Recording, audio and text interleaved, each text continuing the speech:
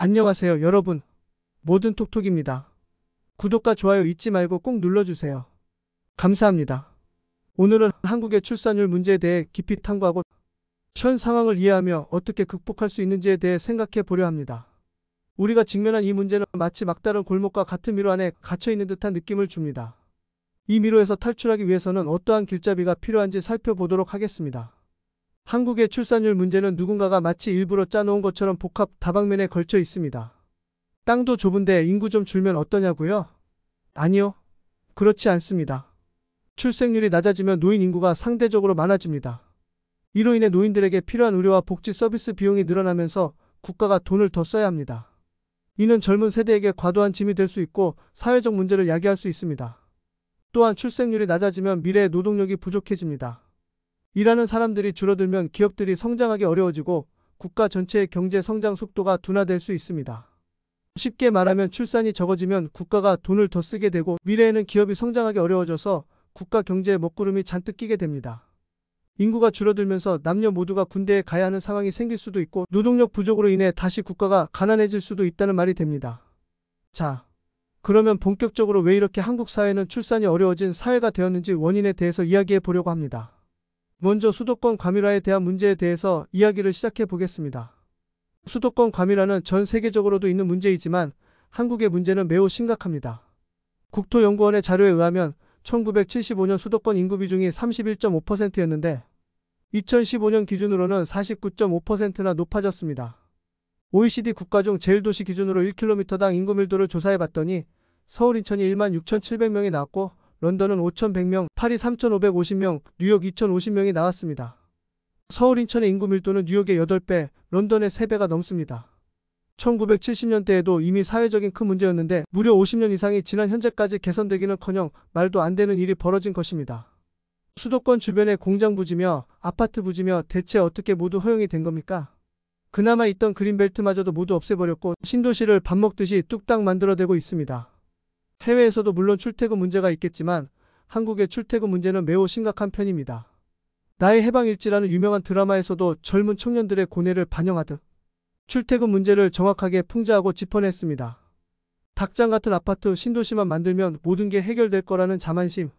그러나 아이러니하게도 수도권의 중심인 서울의 현재 출산율이 가장 낮습니다. 2022년 자료를 보면 서울만 0.593의 출산율로 평균 0.778에도 한참 뒤처집니다. 서울만 유독 출산율이 낮다는 통계는 제일 눈여겨봐야 하는 주요 지표입니다. 더 웃긴 것은 서울의 취업자 수는 한정되어 있는데 주변에 소도시만 계속 지어댄다는 것입니다. 한국여성정책연구원에서 만든 2023년 경제활동인구 자료를 보면 서울은 531만 명으로 나왔습니다. 부산이 174만 명, 대구가 128만 명, 인천이 170만 명, 광주가 78만 명, 대전이 82만 명, 울산이 59만 명, 경기도가 786만 명 순이었습니다. 수도권 전체 인구수를 감안해보면 취업자 수가 그렇게 크지 않음을 명확하게 알 수 있습니다. OECD 주요 국가의 고용률을 봐도 2021년 기준 네덜란드는 80%, 독일 75.8%, 영국 74.7%인데 비해 한국은 66.5%로 나타났습니다.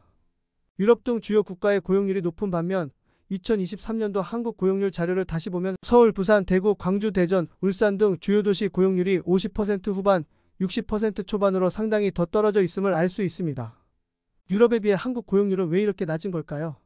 좋은 직장이 늘어난 것이 아니라 여러 고려할 문제를 쏙 빼고 건물만 신도시만 열심히 만들어냈기 때문입니다. 두 번째로는 한국 사회의 일하는 문화에 대해 짚어보도록 하겠습니다. 한국의 직장 문화는 매우 보수적으로 느리게 변하고 있습니다. 앞서 언급했던 심각한 인구 밀도를 만들어낼 혁신은 있었고 직장 문화를 개선한 혁신은 없었나 봅니다. 과밀화가 심해지면 심해질수록 교통으로 날아가는 시간이 늘어나게 됩니다. 결과적으로 한국 사회는 일하는 시간을 줄여야 하는 때가 다가온 것 같습니다. 한국의 점심 문화도 이제 없앨 시기가 되었습니다. 서양의 주요 선진국에는 점심시간이라는 구분이 없습니다. 각자 샌드위치나 도시락으로 해결하고 9시부터 5시까지 일을 합니다. 유럽의 경우는 3시, 4시까지 근무하는 곳도 생겨나고 있습니다. 이제 한국도 1시간이라도 일찍 퇴근하는 것이 현 상황에 더 맞습니다. 1시간 일하고 10분 쉬는 것만 잘 보장되면 됩니다. 외국에서는 이걸 모아 점심에 30분을 쓴다고 하더라고요. 또한 재택근무가 더욱 보편화되어야 합니다. 재택근무가 활성화되려면 업무 분장이 매우 명확해야 합니다. 한국은 아마도 OECD 국가에서 가장 업무 분장이 애매한 국가 중 하나일 것입니다. 업무 분장이 확실해야 출산 휴가를 내든 1년 휴직을 하든 모든 것이 쉽게 가능해집니다. 그리고 하루 점심 포함 9시간 근무해서 점심시간을 빼는 물론이고 5시간제, 6시간제, 7시간제, 8시간제로 다양화해야 합니다. 임시직의 경우는 법적인 보호와 혜택을 대폭 늘릴 필요가 있습니다. 직업 특징에 따라 임시직만 전문으로 하는 직종도 필요합니다. 업무가 보다 다양하게 발전해야 합니다. 또한 재택근무의 증가는 공유 오피스의 증가를 의미합니다. 재택근무도 물론 가능하겠지만 업무적 효율성을 이끌어낼 수 있는 공유 오피스의 선택도 늘어나고 있습니다. 공유 오피스 자체 내에서 출퇴근 공유 등 기본적인 필요 정보를 업무 제휴로 제공을 해준다면 회사에서는 보다 정확하게 직원 관리를 할 수 있을 것입니다. 세 번째로는 우리 고유의 뼛속 깊은 유교 문화의 영향과 수동적인 문화에 대해서도 짚어봐야 합니다.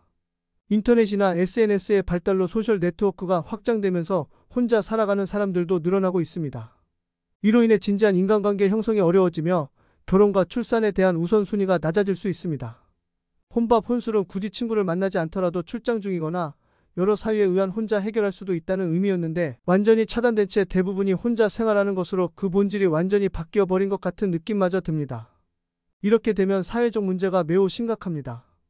한국은 유교 문화가 뿌리 깊게 남아있는 나라 중 하나로 성적인 욕망은 부정적인 것으로 인식되어 왔습니다. 대부분의 한국인들은 성적 욕망이 짓눌려져 있습니다. 성에 대한 개방된 대화와 교육이 부족할 경우에는 성에 대한 부정적인 시각이 형성되어 남녀의 교제가 줄어들게 되고 출산을 꺼리는 경향이 나타날 수 있습니다. 한국 사회에서는 해외처럼 취미활동을 하거나 동호회를 통해서 또는 다양한 커뮤니티를 통해 사귀는 사람은 드문 편입니다. 여행도 동성 친구끼리 과연 진짜 행복할까요? 지금도 직장 생활을 하는 젊은 사람들에게 물어보면 일만 빡세게 했다가 집에 불이 났게 돌아가는 사람들이 거의 대다수입니다. 모임이 있다면 동성 친구끼리 저녁 먹는 정도. 거의 외로운 독거 노인 수준입니다.